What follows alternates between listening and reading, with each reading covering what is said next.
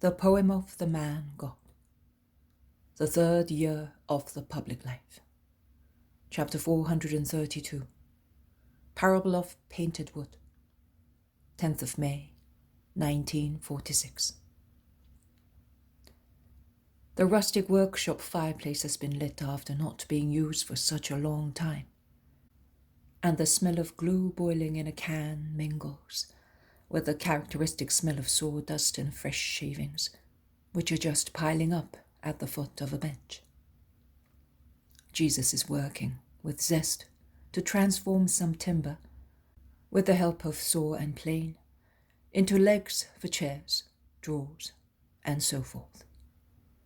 Some pieces of furniture, the modest furniture of the little house in Nazareth, have been taken into the workshop to be repaired. The kneading trough, one of Mary's looms, 2 stools, a garden ladder, a little chest, and the door of the stone oven, the lower part of which I think has been perhaps gnawed away by mice. Jesus is working to repair what usage and old age have consumed.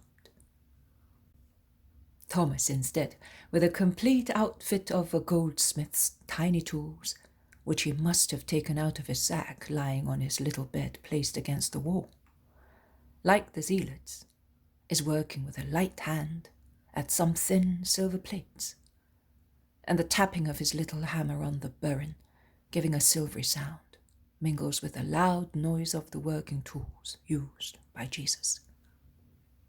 Now and again they exchange a few words, and Thomas is so happy to be there with the master and at his work of goldsmith.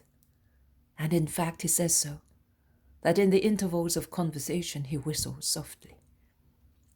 Now and again he raises his eyes and thinks, and absorbed in thought, he stares at the smoky wall of the large room. Jesus notices that and asks, "Are you drawing your inspiration from that black wall, Tom? It is true that it was the long work of a just man that made it so, but I do not think that it can inspire a goldsmith." "No, master. A goldsmith, in fact, cannot reproduce with rich metals the poetry of holy poverty. But with his metal he can imitate the beautiful things in nature, and thus ennoble gold and silver, reproducing with them the flowers and leaves which are in creation. I think of those flowers and leaves, and to remember their details precisely, I become fixed thus, with my eye on the wall. But in actual fact I see the woods and meadows of our fatherland, the light leaves, the flowers resembling chalices or stars, the bearing of stalks and leafy branches." "You are a poet, then? A poet singing in metal what another person sings with ink on parchment." "Yes, a goldsmith, in fact, is a poet who writes on metal the beautiful things of nature. But our work, artistic and beautiful, is not worth yours, which is humble and holy, because ours serves the vanity of rich people, whereas yours serves the sanctity of the house and the usefulness of the poor." "What you say is right, Thomas," says the zealot, who has appeared at the door opening onto the kitchen garden, with his tunic tucked up, his sleeves rolled up, with an old apron in front of him and a tin of paint in his hand. Jesus and Thomas turn round, looking at him, and they smile. And Thomas replies, "Yes, what I say is right, but I want that once in a while the work of a goldsmith may serve to adorn a good holy thing." "What?" "It's a secret of mine. I have had this idea for a long time, and since we were at Rama, I have been carrying a goldsmith's little outfit, waiting for this moment. And what about your work, Simon?" "Oh, I am not a perfect craftsman like you, Tom. It is the first time that I have held a brush in my hand, and what I paint is uneven, notwithstanding all my good will." That is why I began from the most simple things to acquire skill. And I can assure you that my inexperience made the girl laugh heartily. But I am glad. She is reviving hourly to a serene life. And that is what is required to cancel her past and renew her for you, master. Perhaps Valeria will not give her up, says Thomas.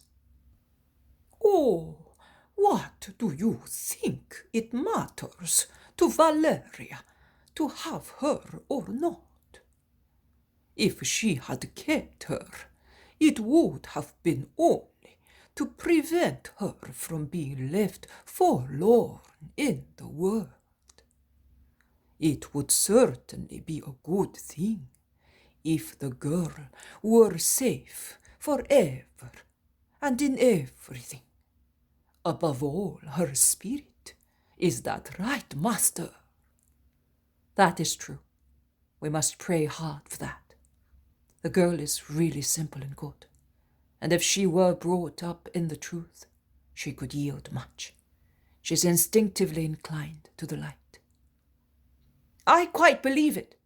She has no consolation on the earth, and she seeks it in heaven, poor soul. I think that when your gospel is announced all over the world, the first and the most numerous to receive it will be the slaves, those who have no human comfort, and who will take shelter in your promises to have some. And I say that if the honor of preaching you falls to me, I will love those poor wretches with a special love. And you will do the right thing, Tom, says Jesus. Yes, but how will you approach them? Oh, I will be a goldsmith for the ladies, and a master of their slaves. A goldsmith calls at houses, or the servants of rich people come to his, and I will work 2 metals, those of the earth for the rich, those of the spirit for slaves. May God bless you for your good intentions, Tom. Persevere in them. Yes, master, I will. Well, now that you have replied to Thomas, please come with me, master, to see my work and to tell me what I must paint now. Simple things again, because I am a very incapable apprentice. Let us go, Simon. And Jesus lays down his tools and goes out with the zealot. They come back after some time, and Jesus points at the garden ladder. Paint that. Paint makes wood impenetrable and preserves it longer, in addition to making it more beautiful. It is like the defense and ornament of virtues on a human heart. It may be rough, coarse, but as soon as virtues clothe it, it becomes beautiful and pleasant. See, to have a beautiful paint which serves its purpose, one must take care of many things. First of all, you have to choose carefully what is necessary to make it. That is, a clean can free from mold and residues of old paints, good oils, and good colors. And then you have to mix them patiently, working on them to make a liquid which is neither too thick nor too thin. And you must not tire working until the least clot is dissolved. When that is done, you have to take a brush, the bristle of which do not come off, and they must be neither too hard nor too soft. The brush is to be cleaned of any previous paint, and before applying the paint, you have to remove from the wood all roughness, the peelings of old paints, dirt, everything. And then, neatly, with a steady hand and much patience, you spread the paint, working in the same direction all the time, because on the same board you meet different resistances. On knots, for instance, the paint remains smoother. That is true. But it does not cover them well, as if the wood rejected it. Vice versa, the paint sticks well on the soft parts of the wood, but the soft parts are generally not very smooth, and thus blisters or stripes form. One then must remedy the defect by spreading the paint with a steady hand.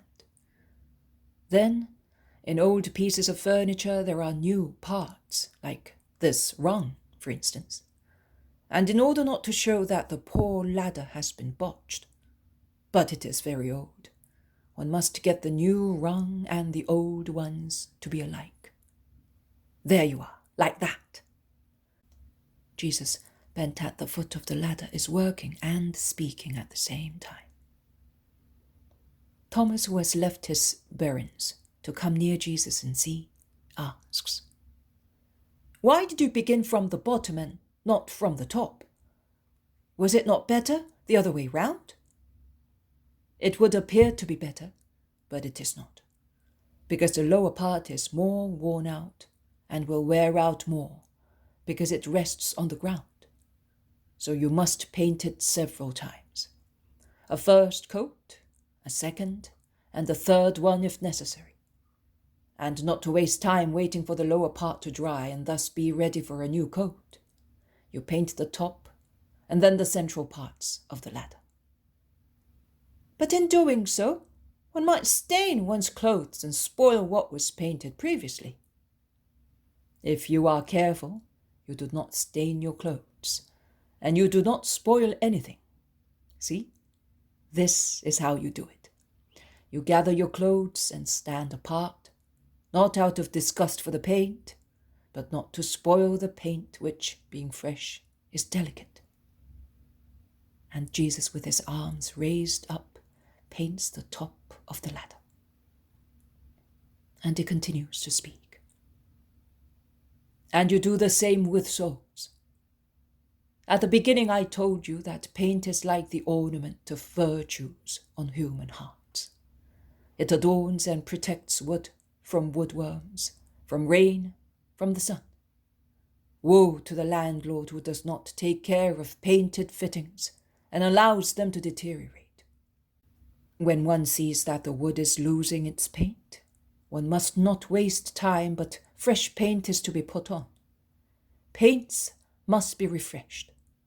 Also virtues, acquired in a first fit of enthusiasm towards justice, may grow feeble or fade away completely if the landlord does not watch, and body and soul laid bare, at the mercy of inclement weather and of parasites, that is, of passions and dissipations, can be attacked and lose the garment which adorns them, and end by being good only for the fire. Therefore, with regard both to ourselves and to those whom we love as our disciples, when we notice that the virtues which serve to defend our egos are being shattered or are fading away, we must provide at once with diligent, patient work until the end of our lives, so that we may go to sleep when we die, with body and soul worthy of a glorious resurrection. And in order to ensure that your virtues are true and good, you must begin with pure, courageous intentions, which remove all rubbish and mold. And you must work not to leave any imperfection in the building up of virtues.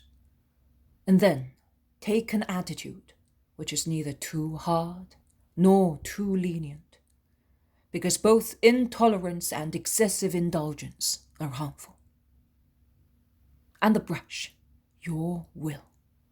Let it be free from pre-existent human inclinations, which might vein the spiritual hue with material disfigurements. And prepare yourselves, or other people, with suitable operations, which are laborious, it is true, but necessary, to cleanse the old ego from any ancient leprosy, so that it may be pure to receive virtue, because you cannot mix what is new with what is old. You then begin to work, in good order, with consideration. You must not jump here and there without a good reason. You must not work a little in one direction and then a little in the other. One would get less tired, that is true, but the paint would be uneven, as happens in disorderly souls. They display perfect points, then close to them there are deformities, different shades. One must insist on the spots resisting the paint, on the knots.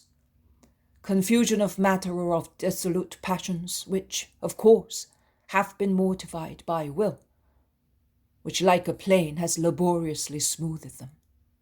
But they remain to offer resistance like a knot, amputated but not destroyed. And they deceive at times, as they appear to be well clad with virtue, whereas it is but a light veil which soon falls off. Beware of the knots of concupiscence. Ensure that virtue covers them over and over again, so that they may not flourish again, disfiguring the new ego. And cover the soft parts which receive the paint too easily, but they do so to their own liking. If there are blisters and stripes, you must insist with isinglass, smoothing and smoothing in order to give one or more coats of paint, so that such parts may become as glossy as hardened enamel. And watch that you do not overload. To exact too much from virtue makes the creature rebel, boil over, and blister at the first impact. No, neither too much nor too little. Be fair when working on yourselves and on creatures made of flesh and soul. And if, as in most cases, because girls like Aurea are an exception, not the rule, there are new parts mixed with old ones, as Israelites have, passing from Moses to the Christ, as well as heathens, with their mosaic of beliefs which cannot be cancelled all of a sudden and will surface with nostalgic memories, at least in the most pure matters.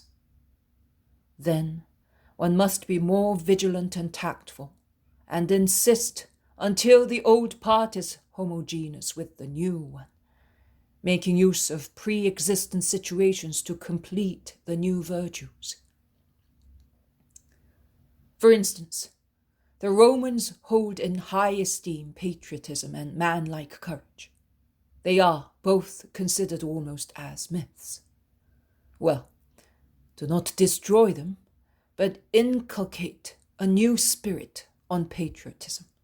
That is, the spirit of making Rome great also spiritually, as the center of Christendom, and make use of Roman manliness to strengthen in faith those who are strong in battle.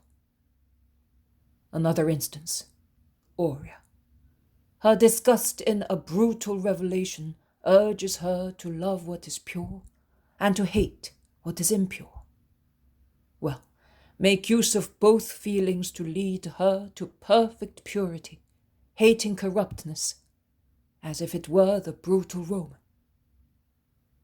Do you understand me? And use habits as means of penetration, not to destroy brutally.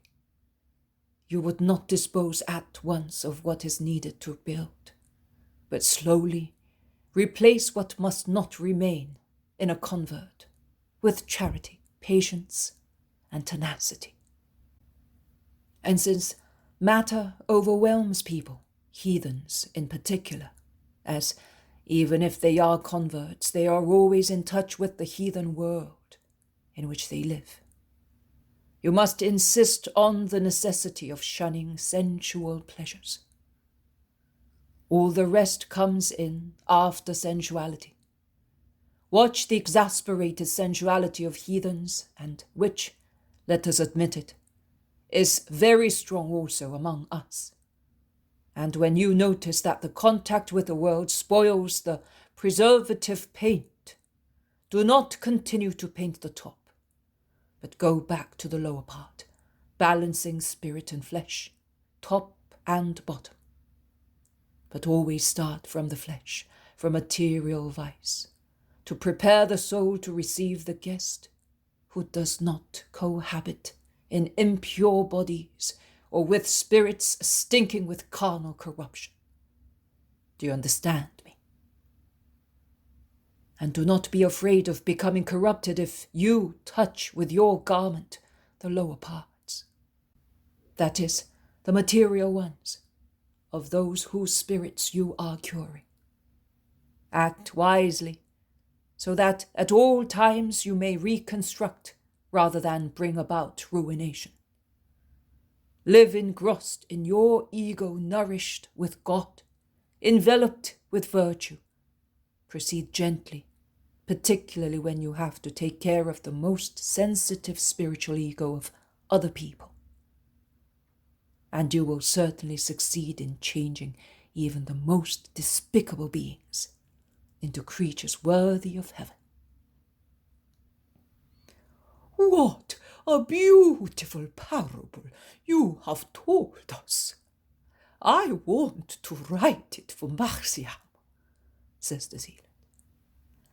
And for me, as all of me is to be made beautiful for the Lord, says slowly, trying to find the words, Aurea, who, barefooted, has been standing for some time at the door of the kitchen garden. Oh, Aurea, were you listening to us? Asks Jesus. I was listening to you. It is so beautiful. Have I done wrong? No, girl. Have you been here long?